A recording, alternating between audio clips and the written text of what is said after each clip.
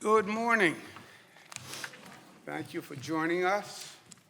We have guests from all over the state. Many took the long trip from New York City. You're not quite in Canada. Canada's a little further, but you are north of the Bronx. To my left, we have Melissa DeRosa, who is the Secretary to the Governor, as you know. First female secretary to the governor out of 56 governors who've been in the state of New York. She's the first female, and she is doing a fantastic job. So it's a pleasure to welcome her. Alfonso David, to her left, who is counsel to the governor and is doing a great job. To my right, we have Robbie Kaplan, who is a advocate, attorney of national standing and repute, and she's also co-founder of the TimesUp movement. To Robbie's right, we have Sonia Osorio, who is the president and CEO of the National Organization of Women, who has been one of the most effective women's advocates, I believe, in the state. She's done great work. And then, for some reason, to the far left, Dina Baxt, who is the co-founder and co-president of A Better Balance. And I've worked with Dina for many years, and I want to thank her for her good work. With that, why don't we just go around the table if we can, so we can introduce everybody who's here. Why don't we start with you, since you're wearing pink and I'm wearing pink, and we're matching. We planned it. Association. Very good. Coordinated. Hi. I'm Rebecca Damon, Executive Vice President and New York Local President of SAG-AFTRA. My name is Merville Regan. I am Executive Director of the Women's Center for Education and Career Advancement. Good morning. I'm Connie Neal, Executive Director of the New York State Coalition Against Domestic Violence. Good morning. I'm Mary Luke, President of the U.S. National Committee for UN Women Metro New York Chapter and board member of POWER New York. Good morning. I'm Michelle Johnson. I'm the president of the YWCAs of New York State. Robin Chappelle Golston, President and CEO of Planned Parenthood Empire State Acts. Good morning, Beverly Neufeld, President of POWER New York. Pleasure. Good morning, Janice Brown. I'm President of AAW New York State. Good morning, Laura Ladd-Bierman, and I'm Executive Director of the League of Women Voters of New York State. Good morning, Hilda Rosario Escher, member of the New York State Council of Women and Girls. Pleasure to see you again. John O'Malley, the Communications Workers of America. Good morning, Dorcia Pleas, representing Eleanor's Legacy. Good morning, Damara Fredette. I'm representing Wabosny, Women's Bar Association of the State of New York. Good morning, everyone. My name is Selena Bennett Chambers. I'm representing the New York State Coalition Against Sexual Assault. Great. Thank you all. Where we are today is 11 days from the end of legislative session. 11 days goes by like the snap of a fingers. We had a very strong session. We started in January with a very aggressive agenda because that's what New York should do, set the bar very high. And we had a Democratic Senate for the first time in 8 years. So the agenda was more robust than usual, and I was more hopeful than usual. Having the Republican Senate, which tends to be very conservative on social views, was frankly frustrating for a lot of years. Everything was half a loaf, everything was compromised, but with the Democratic Senate, there's a new opportunity to do great things. And in January, we had a rush of passing very progressive items that had been long overdue. Roe v. Wade, Contraceptive Care Act, gender, additional gun laws, thanks to the people in this room. And that was all great progress. And we should all be very proud of that. On the other hand, that's not enough. I referred to it at the time that was the low-hanging fruit. These were issues that we had worked on for years and just kept getting stopped at the goal line by the Republican Senate. And we need to do more.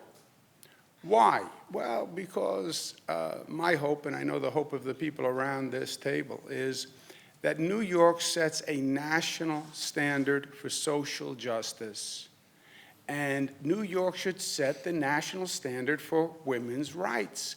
We should be in a position where every other state, every other advocacy group anywhere else in the country says, why can't we do what New York does, right? Well, in New York, they did this. In New York, they did this. Why can't we do what New York does? And when New York does it, what it says is, it is possible. It is possible. New York is not an easy place to do business on any level. It's complex, it's big, it has different political feelings. If you can do it in New York, you can do it anywhere. It could be a song. So, that's the goal, to make New York the standard of possibility for women's equality, et cetera. And B, we are under tremendous national threat with this Trump administration. Don't deceive yourselves. Just when you think you couldn't get any worse, it gets worse. They are coming to roll back Roe v. Wade. I believe that. I don't believe it's just threatening rhetoric. You listen to what the Supreme Court is saying, that's the direction they're heading. He wants to bring this traditional view of women and women's rights and the role of women. And it's not women's equality, what he is seeing. So as a juxtaposition to where the federal government is going, I think it's vitally important that we make progress. Now, we have always pursued the women's justice agenda. We were chatting inside about the women's equality agenda, first state in the nation to propose a women's equality agenda. And they accuse me of being very aggressive when it comes to social justice issues, passing marriage equality, et cetera, and very aggressive when it comes to pursuing women's rights and women's equality. I plead guilty to it. Yes, I am very aggressive, and yes, I set the bar very high, because the bar should be total equality in every manner, shape, or form, period, no compromise, no excuse, no rationale. And until we hit that level, I will fight every day. For the last 11 days, our women's justice agenda includes 4 items. Number 1, pass the ERA. Pass the ERA. We have been talking about it for close to 50 years as a nation. It is as obvious as the nose on my face, and that is obvious. Add sex as a protected class to the Constitution. New York State right now, in the Constitution, does not guarantee equal rights on the basis of sex. I mean, when you think about it, that is unconscionable with all the progress we've made. Why wouldn't you pass the ERA? There is no good reason not to. So that's number 1. Number 2, do more on sexual harassment. Right now, the standard to prove sexual harassment against an employer is severe or persistent behavior. Why should it be severe or pervasive? That's too high a standard. We should lower that standard. Third, pay equity. We all agree with the concept. A woman should get paid $1 for a job that a man gets paid $1. We're not there. Nationally, it's still 80 cents on the dollar. For African American women, it's 61 cents on the dollar. For Latinas, it's 57 cents on the dollar. State of New York is a little better, but it's 88 cents on the dollar. It should be dollar for dollar. The courts can get additional guidance if we define the standard as equal pay for equal work means equal pay for substantially similar work. Because right now, if they can find one minor deviation, they say the law doesn't apply. Fourth is the statute of limits for rape in the second and third degree, which is now 5 years. Being a victim of a sexual assault, a sexual crime, is emotionally very difficult, and it takes people sometimes time to process it. And sometimes people are in a state of denial. Sometimes it causes them such emotional pain that they don't really want to deal with it. 5 years is too short a period of time. I don't believe there should be a statute of limitations for rape in the second and rape in the third degree. Those are the 4 items that we want to get done in these last 11 days.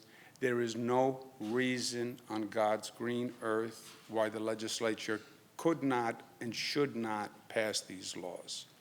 If we do this, and then you then put it together with everything we've done so far, Enough is Enough, MWBE, Contraceptive Care Act, the IVF and fertility laws that we passed that are just phenomenal, New York will be the leading state in the nation for women's rights and women's equality. And that is exactly where we should be. That's what everyone around this table works for. That New York is the standard of equality for women. That's our legacy, started in 1848 with Seneca Falls, and we're not going to stop fighting until we make it our current reality. That I promise you. With that, I turn it over to Robbie Kaplan, co-founder of TimesUp. Thank you, Governor. I'm going to begin by reading the first paragraph of an article that Ronan Farrow published in The New Yorker in October 2017. This is what he had to say. In March, Annabella Sciorra, who received an Emmy Award nomination for her role in The Sopranos, agreed to talk with me for a story I was reporting about Harvey Weinstein. Speaking by phone, I explained that 2 sources had told me that she had a serious allegation regarding the producer. Sciorra, however, told me that Weinstein had never done anything inappropriate. Perhaps she just wasn't his type, she said, with an air of what seemed to be studied nonchalance. But 2 weeks ago, after The New Yorker published the story in which 13 other women accused Weinstein of sexual assault and harassment, Sciorra called me. The truth, she said, was that she had been struggling to speak about Weinstein for more than 20 years. She was still living in fear of him. She slept with a baseball bat by her bed. Weinstein, she told me, this is Ronan, had violently raped her in the early 1990s and over the next several years sexually harassed her repeatedly. I was so scared, she said. I was looking out the window of my living room and I faced the water of the East River. I really wanted to tell you. I was like, this is the moment you've been waiting for. But I really, really panicked. I was shaking and I just wanted to get off the phone. Because Annabella Sciorra is no different than many, many thousands of other women. Rape is the single most underreported crime in the country. But even with the limited data available to us, we know the following. 1 out of every 6 women will be the victim of a rape or attempted rape in her lifetime. 2, 8 out of 10 women know the person who raped them. That's why rape is more often the result of coercion rather than brute force, and it's why most rapes happen in the second and third degree. But New York only gives rape survivors 5 years, the shortest amount of time to file charges in the country, shorter than every other state other than North Dakota. New York's statute of limitations for rape in the second and third degree is on a par with states like Alabama. And we all know today what Alabama thinks of women's rights. There's a reason why so many states have done away with short time limits for when people can report a rape. It's because, as you heard the governor say, victims are understandably afraid to report their experiences or ashamed to do so. This shame, self-doubt, and self-blame is not a sign of weakness. It's a hallmark of rape. That's why it's crucial to pass legislation eliminating or extending New York statute of limitations for rape in the second or third degree. It's just embarrassing that a state like New York, that considers itself to be so progressive, and in so many ways is so progressive, has these regressively short statutes of limitations. While Harvey Weinstein cannot be prosecuted for the crimes he committed against Annabella Sciorra and so many others, TimesUp wants to make sure that other women are never put in this horrible situation ever again. In other words, time is up for women to be able to get justice. Every day that New York's statute of limitations remains out of step with the rest of the country is a day that women suffer. Just as we need to help survivors of second and third degree rape, we also need to help women in the workplace. Last year, as you heard the governor explain, he put into place a package that dealt with a lot of reforms in this area, but more needs to be done. TimesUp fully supports the governor's efforts to pass the ERA, to change pay equity, to change the standard for sexual harassment, to protect all workers. So thanks to Governor Cuomo for gathering us here today and for his continued bravery and leadership in fighting for a more equal and fair New York State. TimesUp now calls on the legislature to do the same. Thank you. Beautifully said. Thank you very much, Robbie Kaplan. Now we'll hear from Sonia Osorio, President of National Organization of Women. Well, thank you so very much for the work that you're doing, Robbie, and for TimesUp joining this movement.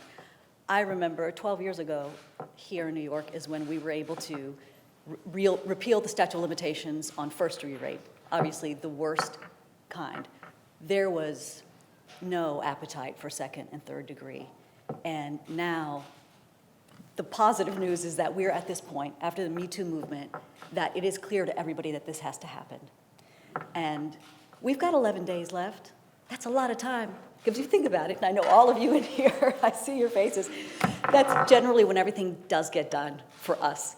That's when we scramble, we show them who we are, and we make sure that they know what the women of New York want and what we need. And one of the things that we need, and we can't wait any longer for, is an equal rights amendment. That has got to get done. I don't know if you guys were reading, women are furious. And things like this, the fact that we don't have the ERA anymore, does that. SurveyMonkey and Elle Magazine just did a big survey, and apparently 83% of women get furious, not mad, which was an option, get furious at the news at least once a day. So I know we're all yelling at our TVs all the time, but it's time to take action. And we can do that. We can certainly do that with Governor Cuomo. I mean, each and every year, Governor, the legislative session starts, and we always have really strong, important, progressive pieces of legislation for women. Every year, we're pushing the bar forward. And we're doing it when the rest of the country is turning their backs on women. So thank you so very much for that. We're standing up for women and girls, and we're raising that bar. We made Roe v. Wade and abortion rights ironclad this year. So many of you here in this room made that happen. We passed protections to prevent workplace discrimination of pregnant women, and we're strengthening our laws to keep guns away from convicted abusers, something that the ERA fought for with the Violence Against Women Act just recently. And if you put that against what we did here in New York to make sure that no convicted domestic abuser would have a gun, it's really, really significant. So even though it's 2019, our state constitution still does not explicitly prohibit discrimination on the basis of sex. If we truly believe in equality, then it must be expressly stated in our Constitution. Why? Because New York is and remains 100% invested in gender equality, because New York isn't afraid to make sure that every woman and girl knows that it is her right to be treated equally. So thank you, Governor. Thank you, all of you, for all that you do. I'm looking forward to working with you in the coming 11 days to make it happen.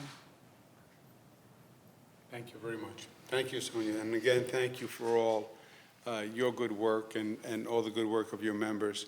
Now I turn it over to Dina Bax, co-founder and co-president of A Better Balance. Thank you, Governor, and thank you for inviting me to speak here today. And thank you for launching this crucial campaign that will bring the remaining initiatives of the women's justice agenda to the forefront of this conversation as we come to the end of the legislative session.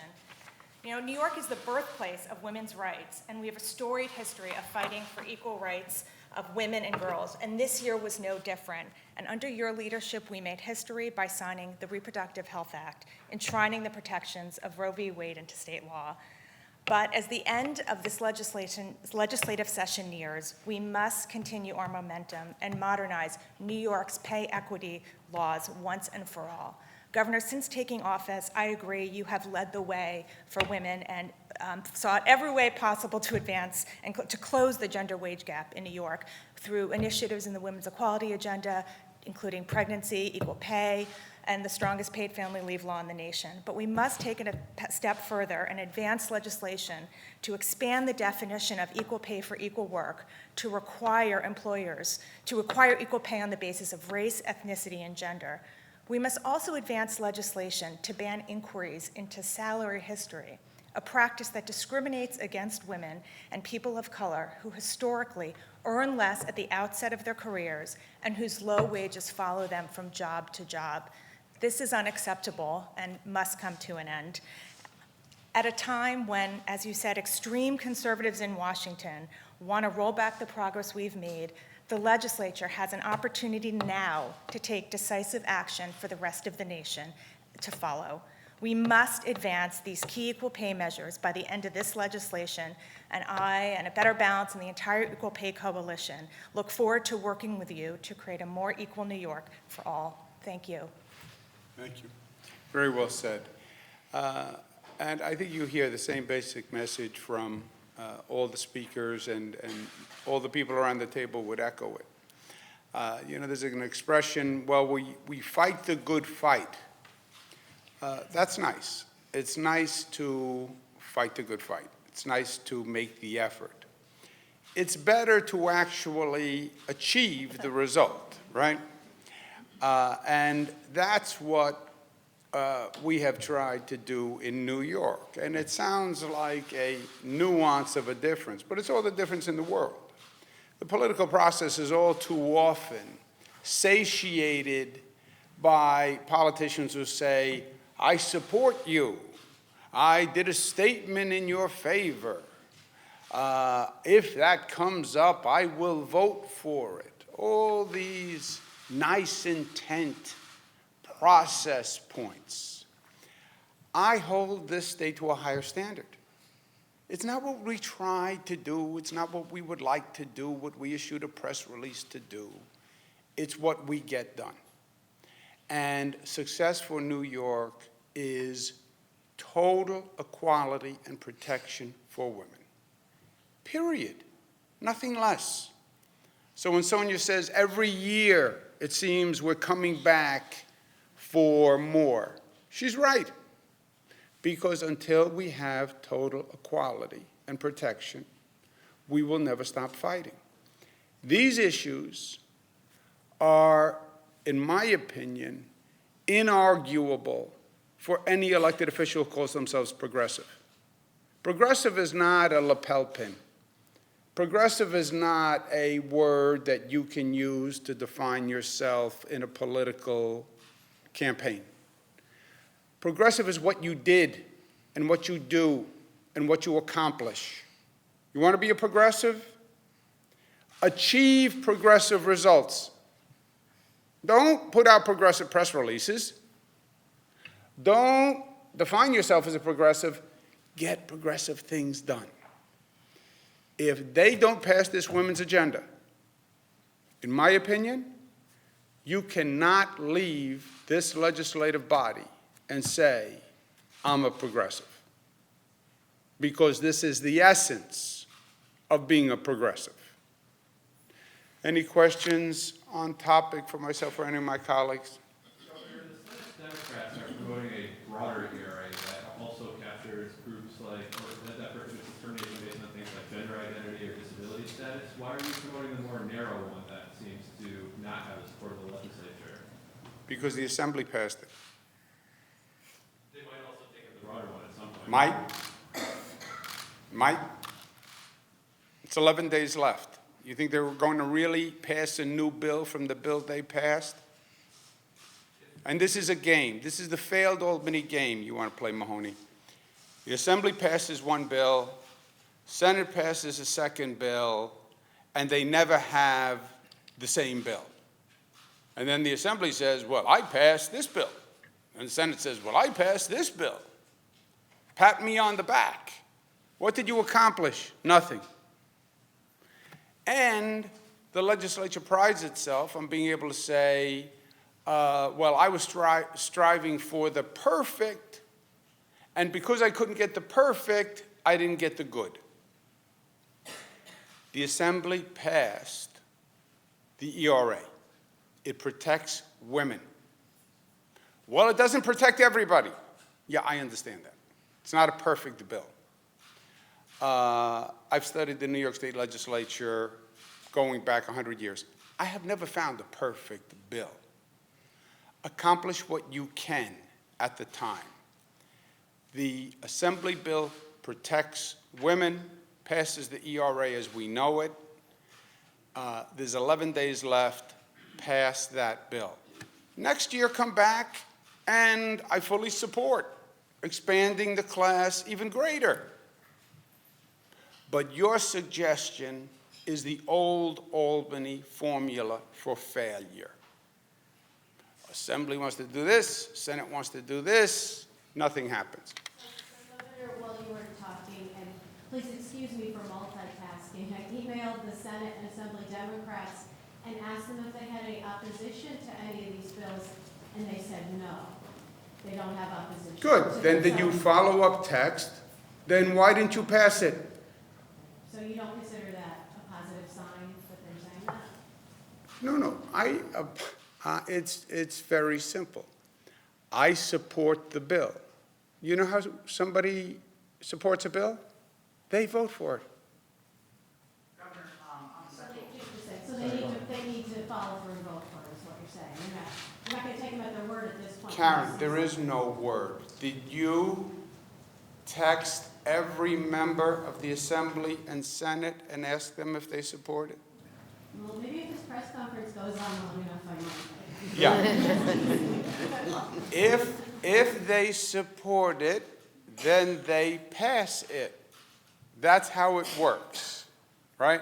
If they support it, they pass it. We're 11 days from the end of session. I would text back if I was fast like you. If you support it, why haven't you passed it with only 11 days left? And how come it's not on the agenda? And how come Mahoney just said you have two different versions of the bill, which means you support two different things? Tell them to call Mahoney. Give them his phone number and say, well, Mahoney says you have two separate bills. Governor, there's, obviously the broad classifications are lined out in the state's human rights law, including gender expression after you sign gender this year. But the Constitution is much narrower. So kind of, why are you picking the narrower standard? Do you not want to see the broader universe of protected classes Yes, I do. enshrined in the Constitution? Yes, I do. I don't believe So we then can. why- I don't believe we can get agreement on it this year in 11 days. And just because I'm not a lawyer, I know there are very smart lawyers in front of me here, what additional legal protection would someone bringing an action based on gender receive if it's named as a protected class in the state constitution, as opposed to just being lined out specifically in the human rights law? Who wants to address that? So if a Robbie? provision is listed in the Constitution, you have a private right of action that you ordinarily would not have. And second, you have additional stronger protections in the Constitution than you would under state law. Generally, when things are listed in the Equal Protection Clause, there's a standard of review that's attached to constitutional principles that do not attach to statutes. So one of the concerns is we want to make sure that sex is enshrined in the Constitution so women have the strongest protections possible that they may not have if it's just simply in statute. Anyone else want to respond? My question to you is this, Jimmy. Why wouldn't you want women protected in the Constitution? I don't get to vote on anything. Yeah, no, but I'm asking, give me a rationale not to protect women in the Constitution. Well, my question was just, and I think you've answered my question. I understand. I know. what I you're want saying. you to answer my question. No. Give me a reaction. I'll take that as you have no answer. Go ahead. Is that it creates patchwork protection. So if a woman falls into multiple categories, let's say they're a transgender woman or they're, fall into other protected classes, then they wouldn't be protected based on all those categories that they're discriminated against, so it makes it very difficult for them to file a claim. Yeah, I am totally open to, in the future, adding other classes, which is what the Senate wants to do. But let's achieve what we can achieve today and where we have agreement today.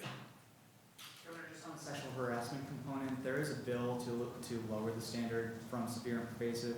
It also includes other components like eliminating the barrier L defense. Have you seen that bill? Do you support that bill? It's from BI. Whose bill is that? Do we know? Our bill focuses on changing the standard from severe and pervasive to adapting what is the current standard in New York City. We're also looking at a slew of other bills that are currently being considered in the legislature, but the bills we're talking about today are the 3 bills that the governor advanced in the budget.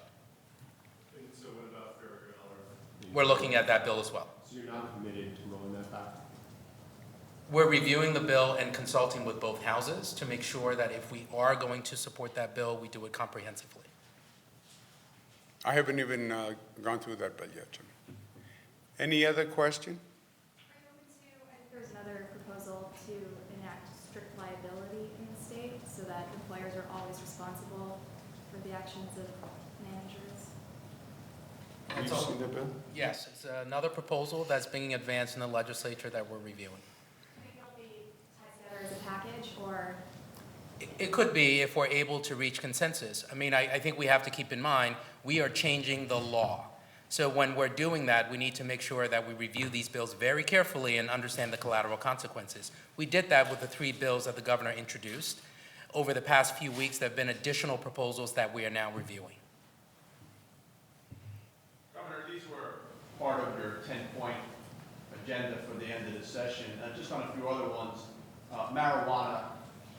Lawmakers put out their own bill the other day to maybe address some of the concerns from your administration and others. One of those dealt with the opt-out that local governments could have. Your proposal would let counties opt out wholly from sales of marijuana if it were legalized. They proposed whether it be a referendum in towns, villages, cities, if they chose to have a referendum on whether or not to allow sales within those jurisdictions. My question is, do you have a preference? Should it be counties that decide? Should it be each municipality? Does that create too much of a patchwork?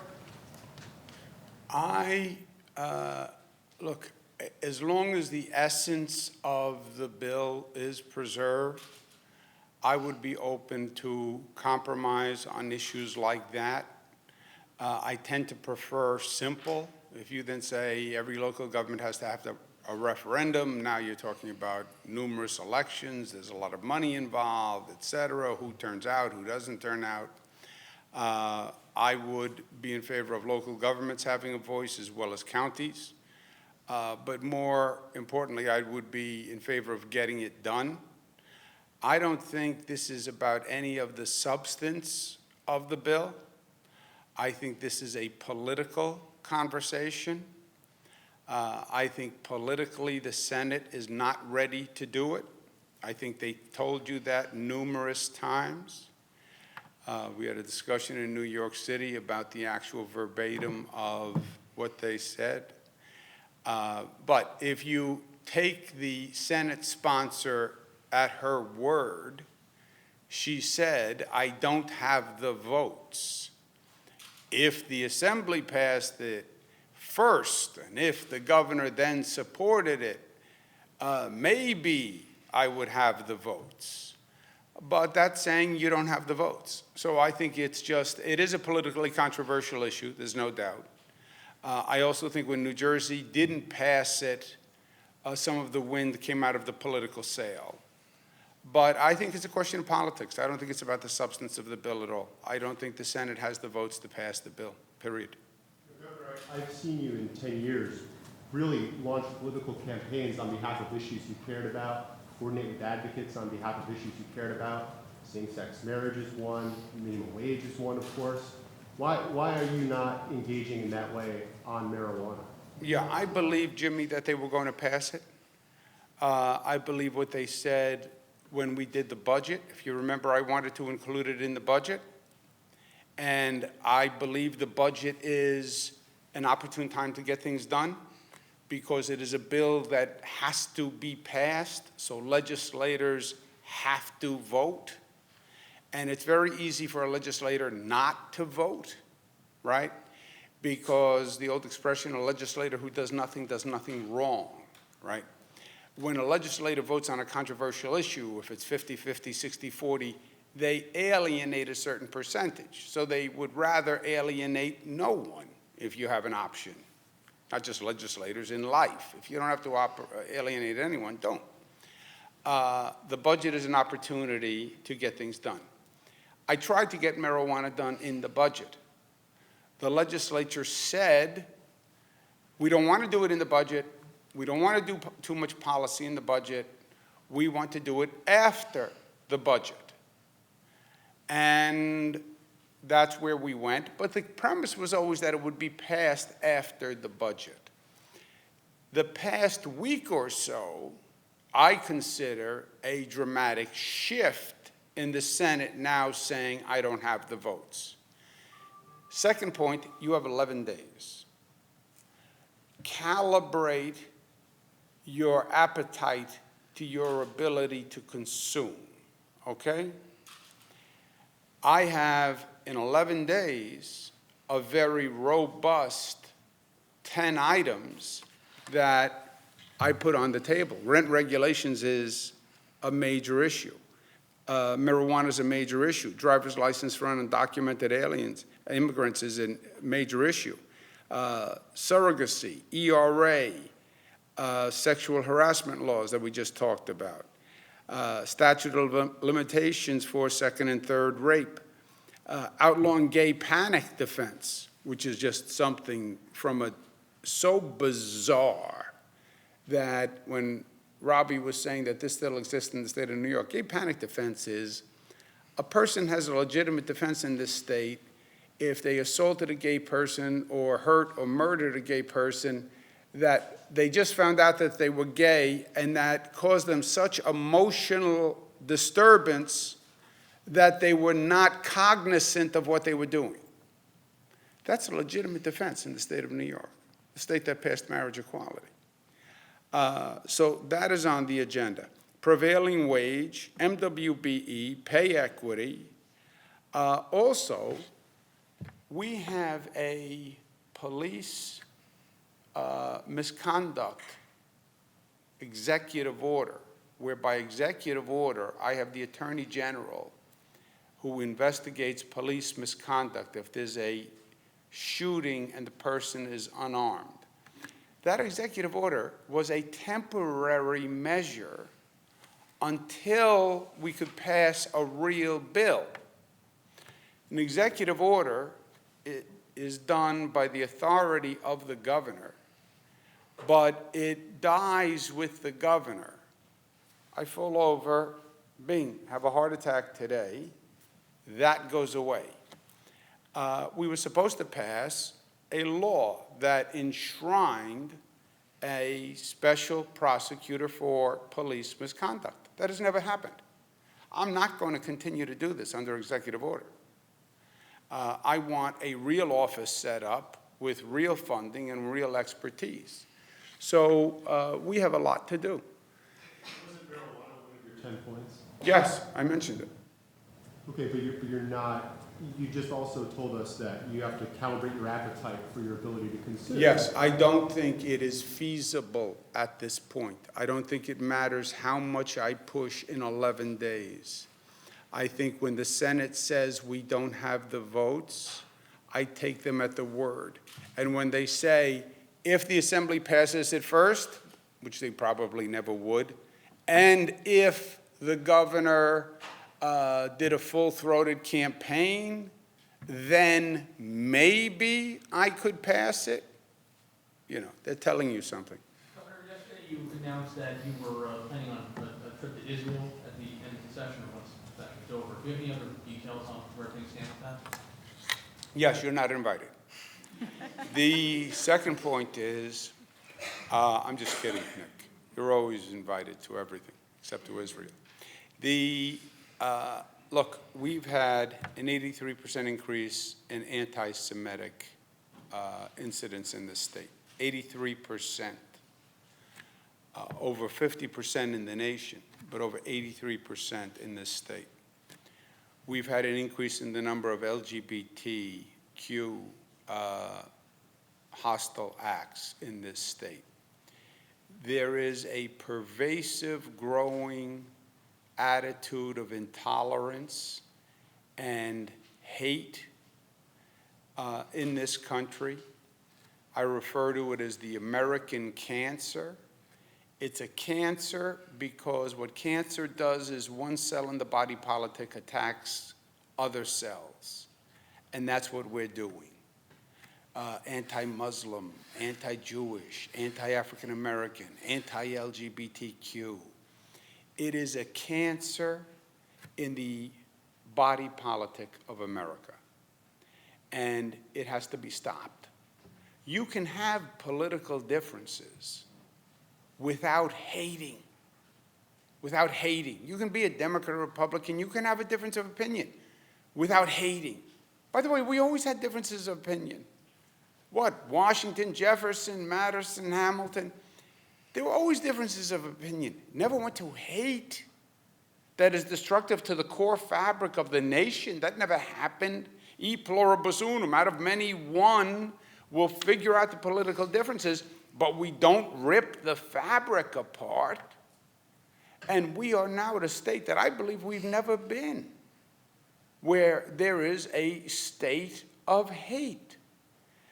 Anti-Semitic community, 83% increase, one of the highest percentage increases of violence and hostility and harassment against any group is against Jewish people in this state. Yes, I'm going to go to Israel as a solidarity mission. It's personal to me. I am a lifelong New Yorker. I grew up with the Jewish community. They're my best friends. Their culture is my culture. I have two brothers-in-law who are both Jewish. And I see the pain they're going through, and my nieces are going through, and my mother is going through. I believe it's personal to every New York family. I believe if you're a New Yorker, the affinity with the Jewish community is inseparable and inarguable. So I'm going to Israel as a sign of solidarity. I've been there many times before. And again, not that I agree with Israel on everything politically, not that we're supposed to agree with everyone politically on everything, but you don't take it to the level of hate and violence. And also, last point, I challenge every politician in this country, from President Trump on down, to disavow these neo-Nazi groups. They are domestic terrorists. That's what they are. And when the president said in Charlottesville, well, there's good people on both sides of the issue. No, there are no good neo-Nazis. There are no good white supremacists. That is repugnant to the concept of America. And we have fostered these neo-Nazi groups, these domestic terrorist groups, because we've said, well, this is your First Amendment right, this is part of the American debate. No, hate crimes are illegal. It's not just immoral, it's not just unethical, it's not just wrong, it's illegal. President Trump disavowed the neo-Nazi groups. And if you won't disavow them, then you should be held responsible for them. I don't care if you're a Democrat or Republican, disavow those neo-Nazi groups. And every voter, every citizen should walk up to every elected official and say, do you disavow the neo-Nazi groups? And when they say, well, you know, we have to be careful, that answer is a no. It's yes or it's no. Last question. Governor, you haven't listed climate change as a priority in your list. Why not? And do you think that the legislature can come up with a package to address climate change this session? I don't think 11 days. I did list climate change in January, right? I did have a package for the budget. But in these 11 days, can you get everything done? No. Are you still supportive of lifting the charter cap in New York City? The legislature just put out a pact of bills that would really restrict the growth of charter schools, but you indicated Yes, but no, I don't believe they will do it. By the end of session, though? By the end of session, will you be pushing? I'm sorry? By the end of session, will you be pushing to lift the cap? We are at the end of session. The end of session is today, right? It's 11 days. So it's effectively now. To get a bill passed, you would have to agree to it in the next couple of days, write it, circulate it, proofread it, vote on it. So 11 days is just a few moments, and that's why this urgency now. And that's why when reporters say, well, couldn't you figure out another way in the Assembly you pass one bill and the Senate will pass another? There is no time for complicated legislative maneuvers. Either we agree on a bill and we pass it, or we don't. So we are effectively at the end of session. Question on some limo safety legislation that's been proposed, requiring seatbelts, roll bars, commercial driver's license. Where are we, do you know, Alfonso? Yeah, the governor had proposed in the executive budget a number of provisions to strengthen laws against people that drive limos or that regulate limos. The legislature accepted some of those proposals but did not accept all of them. So we're now in discussions about additional proposals that they could accept, including seatbelts. Will you, Governor, support the 9 bills that are supporting the Assembly about the rent regulation? I will support the most aggressive rent reform in the history of the state of New York, and all of the topics I agree need to be addressed. Let me say this as a last point to my colleagues. As you've heard me say now 11 times, not because I repeat myself, but because they asked the same question 11 times, so then I give the same answer. 11 days is the blink of an eye. The old game is you never get a yes or a no. You get a complicated maybe or a procedural maybe. Legislator, will you pass these 4 bills? Sorry, let me revise the question. Will your conference, your House, pass these 4 bills? Will the Senate or the Assembly pass these 4 bills? And then the answer is yes or no. That's it. When they start to come up with, I support it, but we have a different version than the Senate, I support it, but my colleagues, I support it, but we're working with the Assembly, I support it, but Mahoney had a new idea that we take it and we flip it and we put a bow on it. That means no. And I think we should be very clear in our message. You pass these 4 bills, or you do not have the right to say you fought for women's equality and passed a women's equality agenda as a true progressive would and should. Period. End of statement, end of paragraph. Thank you very much for having us with us today. Thank you.